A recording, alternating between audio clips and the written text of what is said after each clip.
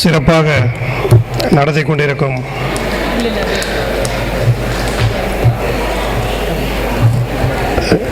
நிகழ்ச்சியினுடைய அமைப்பாளர் அசுகவி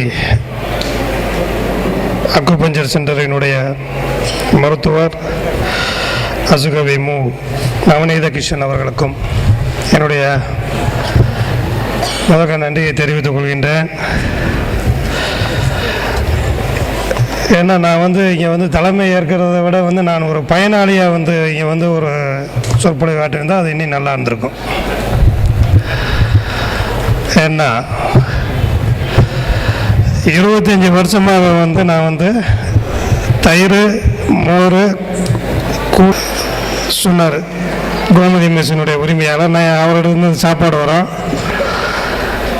அதில் சித்திரமாத்த வெயிலில் கூட எனக்கு மோர் இல்லாமல் சாப்பாடு அனுப்பி சொல்லுவேன்.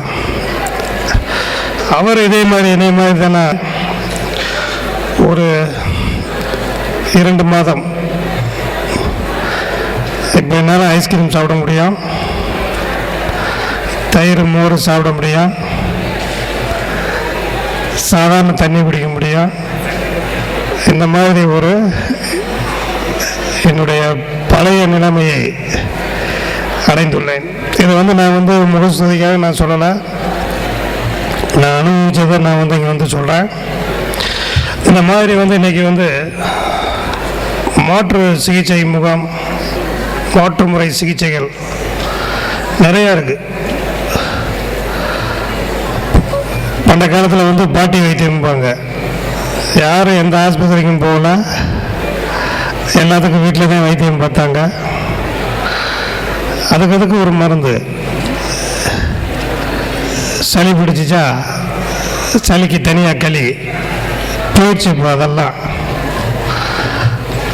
அது போக உணவு பழக்க வழக்கங்கள் போயிடுச்சு. அந்த காலத்தில் கேழ்வரகு, வரகு, திணை, சாம்பை, கம்பு, குருவலி, இது எல்லாமே நமக்கு விளைஞ்சு. திணை, இந்த எல்லா இதுவுமே எனக்கு தெரியும் எங்கள் வீட்டில் உண்டு.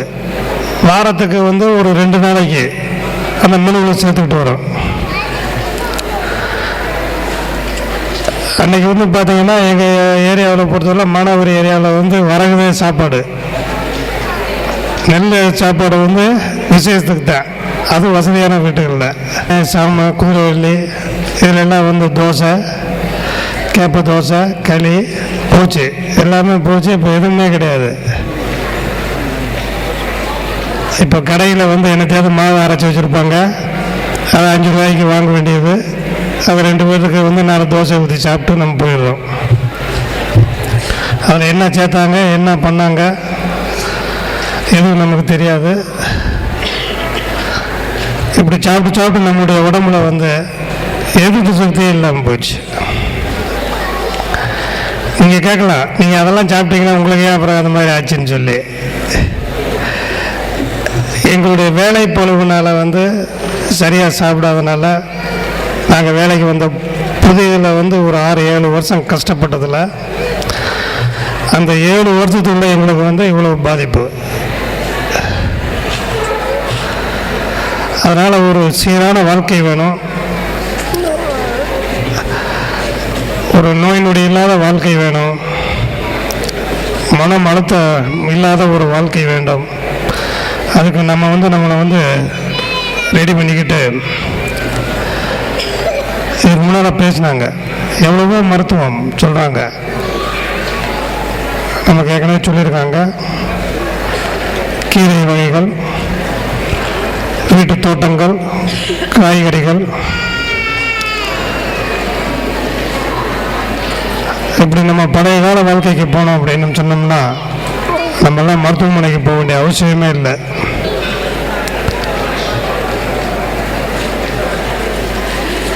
இப்போ இந்த அசுகவி மருத்துவமனையை பொறுத்தவரையில் எல்லாத்துக்குமே ட்ரீட்மெண்ட் பண்ணுறாங்க.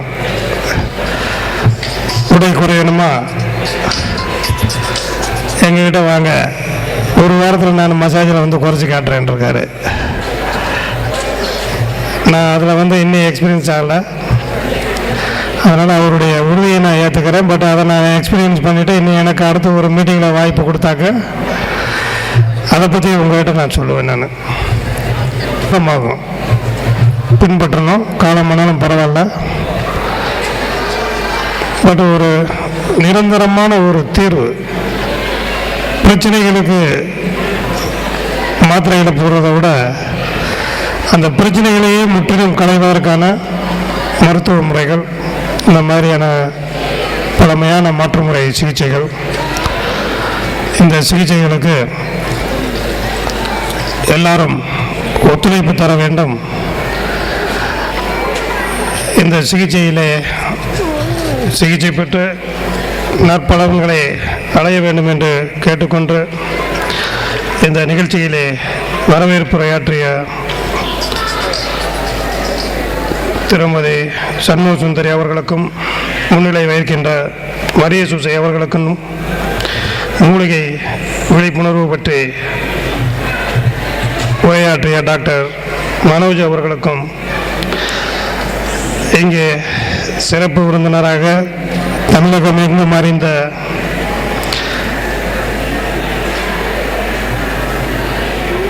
சன் டிவி புகழ் மதுரை முத்து அவர்களுக்கும்,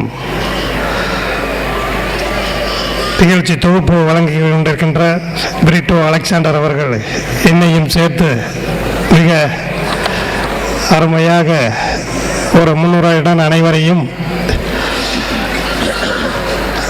அறிமுகம் செய்து வைத்து இந்த நிகழ்ச்சியை அருமையாக தொகுத்து கொண்டிருக்கின்ற பிரிட்டோ அவர்களுக்கும், நன்றி உரையாற்ற உள்ள சுப்பையா அவர்களுக்கும் என்னுடைய இனிய வணக்கங்களையும் நன்றியையும் தெரிவித்துக் கொண்டு, இம்மருத்துவமனை மேலும் மேலும் சிறப்பிட வேண்டும் என்று வாழ்த்தி, எல்லாம் வல்ல இறைவன் அதற்கு அருள் புரிய வேண்டி, மீண்டும் இந்த வாய்ப்பை, என்னுடைய அனுபவத்தை உங்களிடம் பகிர்ந்து கொள்வதற்கு வாய்ப்பளித்த மருத்துவர்களுக்கு நன்றி கூறி நன்றியுடன் விடைபெறுகிறேன். நன்றி, வணக்கம்.